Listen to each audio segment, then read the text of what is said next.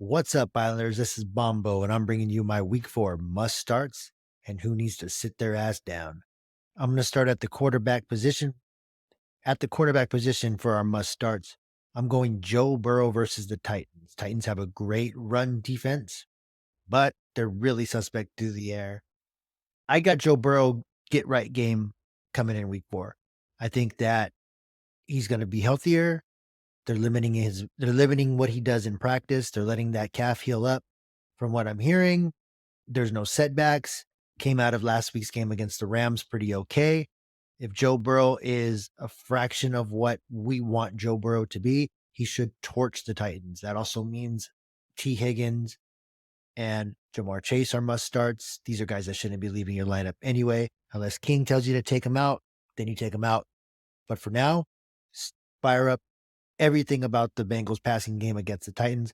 I got Joe Burrow throwing for 350 yards and 3 touchdowns and a top 5 fantasy finish. Must start running back for week 4, Josh Jacobs versus the Chargers. The Chargers can't stop a nosebleed on the ground. It ain't happening. Josh Jacobs has underperformed for fantasy owners, for the organization, and for Raider fans worldwide, myself included. This is the Josh Jacobs get right spot, blow up spot.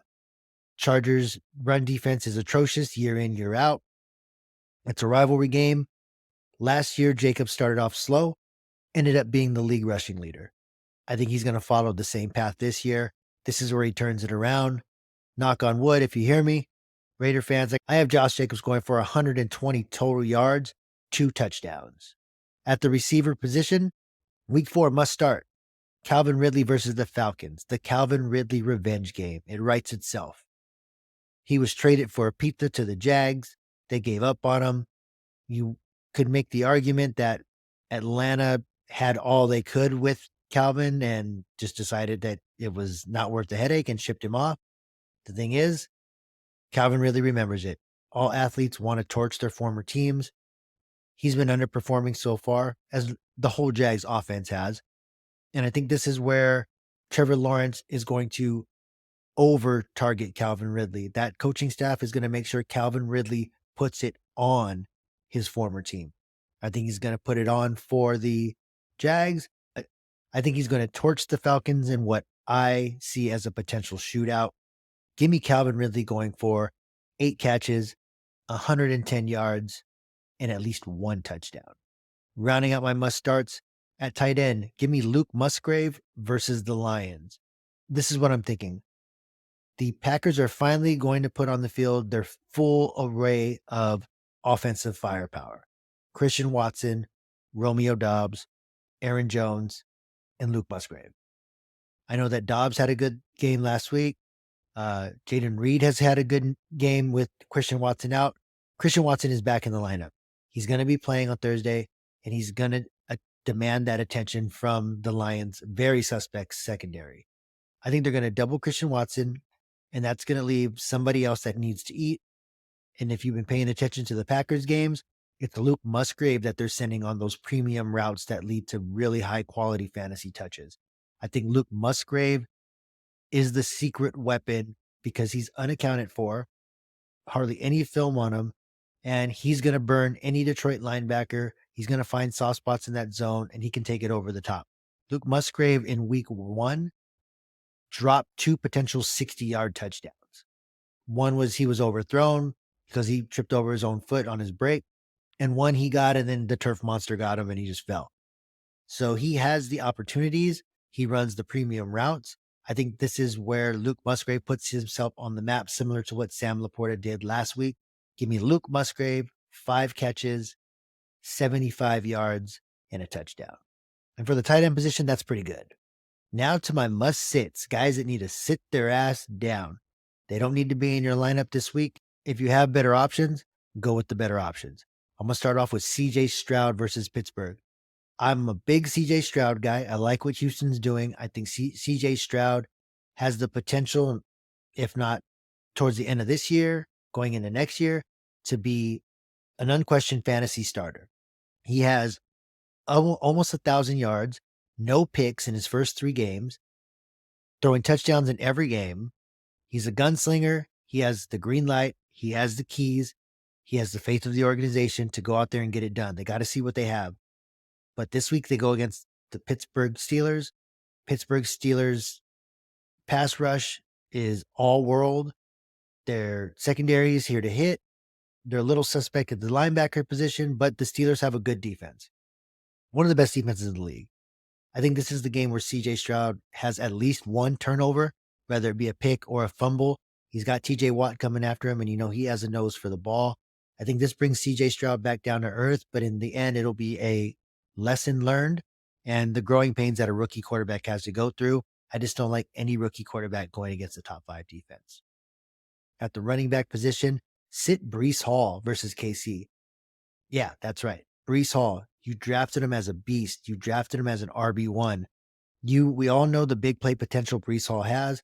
I just don't think he's 100% back from that injury. He's back enough to be in a kind of a funky timeshare with what looks to be a washed Dalvin Cook and a very upset Michael Carter because he's not getting any touches. Right now, they're all splitting carries. This should be Breece Hall's backfield, but it isn't. And they're going against a KC defense that's really improved up front and coming off of a big win against the Bears where they limit them to nothing on the ground. Breece Hall is a must sit right now until that backfield pans out. And that backfield isn't going to pan out until there are answers at the quarterback position. Zach Wilson ain't it. As long as Zach Wilson's there, they can play a team and that team just stack the box and force them to have to throw to beat them. They're not going to do that. From what we're hearing, the locker room is pretty divided. Defense doesn't want Zach Wilson there. Coach does want Zach Wilson there. Bottom line, if you're a fantasy owner, you don't want no part of Zach Wilson on this team. Any other quarterback would come in and immediately make Breece Hall, Garrett Wilson, pretty much those two, fantasy relevant again. Until that happens, you don't want Breece Hall in your lineup in a funky timeshare going against a good defense. My must-sit receiver for week 4, DeAndre Hopkins going against the Bengals. This is more not a knock on what DeAndre Hopkins can do. This is more on a knock on what the Titans can't do, and that's move the ball through the air efficiently and against a good defense. Bengals held Puka Nacua and Tutu Atwell to no touchdowns. Bengals last week held Puka Nacua and Tutu Atwell to no touchdowns against the Rams. They did a good job of keeping everything in front of them, limiting really big plays. I think they do the exact same thing this week because they don't have to work as hard because all they need to worry about is Hopkins, Trey Burks to a certain extent, but at the quarterback position, they just don't have the arm talent to get it to those guys. I expect a really low scoring affair in that one from Tennessee. I think the Bengals wax them, sit DeAndre Hopkins. If you have other options, start them. There's guys like DJ Moore that I would rather put in that position. Even Josh Palmer from the Chargers is probably going to score more than DeAndre Hopkins this week. And my must sit at the tight end position, and this is going to be my must sit until proven otherwise, but this will be the first and only time you hear me throw him out there on my must sits. It's Kyle Pitts. You drafted him to be a stud tight end. You drafted him to be in that range of Kelsey, Andrews, Waller. That's why you got the guy. He's an all-world talent. He has all of the physical traits of a beast, and he's just not involved in this offense. This offense loves to run the ball. He's got a really questionable quarterback in Desmond Ridder, and it just doesn't seem like this regime is trying to get Kyle Pitts involved. What we don't want is for them to just say, hey, we're out. We whiffed on this draft pick. There's nothing we can do with him. And just give up altogether. It's leaning in that direction just because I'm seeing Jonnu Smith take the field a lot. He doesn't have the huge target share that he did as a rookie, as the only show in town. Now you got Drake London in town. Now you got Bijan Robinson. So he's not being littered with targets like he was as a rookie. Now he's just a part of a real suspect offense. And as much as we want him to be a thing, he has proved not to be a thing yet.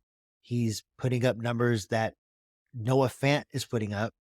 There are guys on the waiver wire that you can stream that'll probably get you the same amount of points that Kyle Pitts is getting you, if not more. But you also run the risk of when you sit Pitts, that's his blow-up game. As a Kyle Pitts owner, listen to me. You're waiting for that blow-up game, and then you're sending him to a very tight end needy team with the hopes of they saw that Kyle Pitts game. They see that stat line, they see his potential, you offer them the deal, they accept, and you don't look back. That's what you should do with Kyle Pitts. But what you shouldn't do with Kyle Pitts is keep him in your starting lineup for week 4. Keep him off of your starting lineup. Look for a streamer. You're going to get the exact same thing, and keep him permanently on the trade block until proven otherwise. As always, if you like the content that we're putting out, like, follow, subscribe. That's Fantasy Island with 2 eyes. On behalf of RW King, Sweet Tea, I'm Bombo. Hit the music.